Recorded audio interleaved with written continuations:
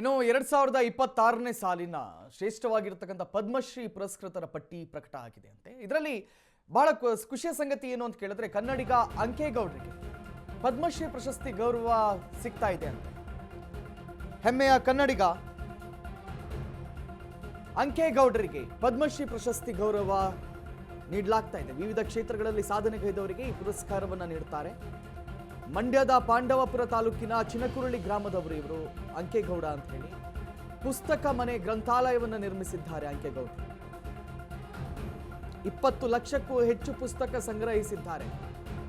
ಈ ಸಾಧನೆಯನ್ನ ಮೆಚ್ಚಿ ಪಾಂಡವಪುರದ ಹರಹಳ್ಳಿಯಲ್ಲಿರುವಂತಹ ಪುಸ್ತಕ ಮನೆಯ ಅವರ ಆ ಸಾಧನೆಯನ್ನ ಮೆಚ್ಚಿ ಈಗ ಅವರಿಗೆ ಪದ್ಮಶ್ರೀಯನ್ನು ನೀಡಲಾಗ್ತಾ ಇದೆ.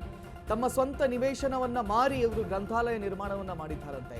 ವಿದ್ಯಾರ್ಥಿಗಳು ಮತ್ತು ಸಾರ್ವಜನಿಕರಿಗೆ ಅನುಕೂಲ ಆಗುವಂತೆ ಈ ಗ್ರಂಥಾಲಯವನ್ನು ಮಾಡಿದ್ದಾರೆ. 5 ಲಕ್ಷಕ್ಕೂ ಹೆಚ್ಚು ಅಪರೂಪದ ವಿದೇಶಿ ಪುಸ್ತಕಗಳಿವೆ. 1800ಕ್ಕೂ ಹೆಚ್ಚು ಹಸ್ತಪ್ರತಿ ಸಂಗ್ರಹಿಸಿದ್ದಾರಂತೆ ಅಂಕೇಗೌಡರು. Wow, nice. ಜ್ಞಾನ ದಾಸೋಹಿ ಹೆಮ್ಮೆಯ ಕನ್ನಡಿಗ ಅಂಕೇಗೌಡರಿಗೆ ಪದ್ಮಶ್ರೀ ಪ್ರಶಸ್ತಿ ಸಿಗ್ತಾ ಇದೆ. ತನ್ನ ಸ್ವಂತ ಮನೆಯನ್ನ ಮಾರಿ ಪುಸ್ತಕ ಮನೆ ಅಂತ ಒಂದು ಗ್ರಂಥಾಲಯವನ್ನು ನಿರ್ಮಾಣ ಮಾಡ್ತಾರೆ.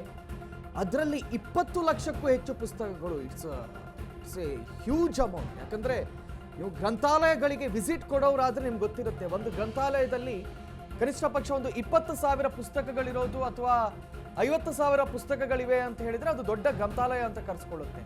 ಅಂಥದ್ರಲ್ಲಿ ಇವರು ಬರೋಬ್ಬರಿ 20 ಲಕ್ಷ ಪುಸ್ತಕಗಳನ್ನು ಸಂಗ್ರಹಿಸಿದ್ದಾರೆ ಅಂತ ಹೇಳಿದ್ರೆ ಪದ್ಮಶ್ರೀ ನೀಡಲೇಬೇಕು ಇವರಿಗೆ. ಸಾರ್ವಜನಿಕರಿಗೆ ಮತ್ತು ವಿದ್ಯಾರ್ಥಿಗಳಿಗೆ ಸಹಾಯ ಆಗುವ ನಿಟ್ಟಿನಲ್ಲಿ ಅವರು ಈ ಕೆಲಸವನ್ನು ಮಾಡಿದ್ದಾರೆ. ಪುಸ್ತಕ ಮನೆ ಅನ್ನುವಂಥ ಗ್ರಂಥಾಲಯವನ್ನು ಕಟ್ಟಿದ್ದಾರೆ. ಈ ಒಂದು ಮಹಾ ಸಾಧನೆಗೆ ಅವರಿಗೆ ಪದ್ಮಶ್ರೀ ಪುರಸ್ಕಾರ ಲಭ್ಯವಾಗ್ತಾ ಇದೆ. Nice. A very well qualified person. ಪದ್ಮಶ್ರೀಗೆ ವೆರಿ ವೆಲ್ ಕ್ವಾಲಿಫೈಡ್ ಪರ್ಸನ್. ಅವರಿಗೆ ಈ ಗ್ರಂಥಾಲಯಕ್ಕೆ ಕಟ್ಟಿದ್ದಕ್ಕಾಗಿ ಅವರಿಗೆ ಪದ್ಮಶ್ರೀ ಅಂತ ಸಿಗ್ತಾ ಇದೆ. ಇದು ಬಹಳ ಹೆಮ್ಮೆಯ ಸಂಗತಿ ನಮ್ಮ ಎಲ್ಲ ಕನ್ನಡಿಗರಿಗೂ, ಅದರಲ್ಲೂ ಎಸ್ಪೆಷಲಿ ಮಂಡ್ಯದ ಭಾಗದವರಿಗೆ, ಪಾಂಡವಪುರದವರಿಗೆ, ಚಿನಕುರಳಿ ತಾಲೂಕಿನ ಗ್ರಾಮದವರಿಗೆ, ಅವರೆಲ್ಲರಿಗೂ ಕೂಡ ಇದು ಸಂತಸದ ವಿಚಾರ. ಅಂಕೇಗೌಡರಿಗೆ ಪದ್ಮ ಗೌರವ ಇದೀಗ ಲಭ್ಯವಾಗ್ತಾ ಇದೆ. ನೋಡಿ, ಅವರ ವಿಜುವಲ್ಗಳನ್ನು ತೋರಿಸ್ತಾ ಇದ್ದೀವಿ, ಲೈಬ್ರರಿಯ ವಿಜುವಲ್ಗಳನ್ನು. ಎಲ್ಲಿ ನೋಡಿದ್ರು ಪುಸ್ತಕಗಳು, ಕಣ್ಣು ಹಾಯಿಸ್ತಲೆಲ್ಲ ಪುಸ್ತಕಗಳು. ಪುಸ್ತಕಗಳ ಜೊತೆಯಲ್ಲೇ ಬದುಕ್ತಾ ಇರುವಂತಹ ಮನುಷ್ಯ ಅವರು. 20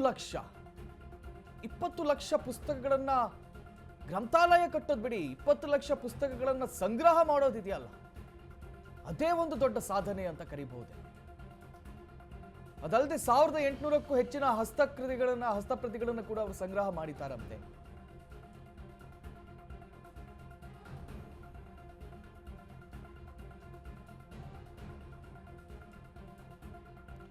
ಬಹುಶಃ ನಾವು ಕೇಳ್ತಾ ಇದ್ವಿ ಈ ಹಿಂದೆ ನಳಂದದಲ್ಲಿ ಇಷ್ಟೇ ದೊಡ್ಡ ಮಟ್ಟದಲ್ಲಿ ಸಂಗ್ರಹ ಆಗಿತ್ತು ಪುಸ್ತಕಗಳು ಅಂತ.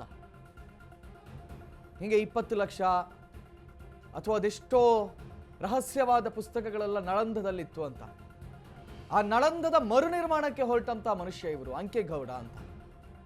ಅವರಿಗೆ ಇದೀಗ ಪದ್ಮಶ್ರೀ ಲಭಿಸಿದೆ,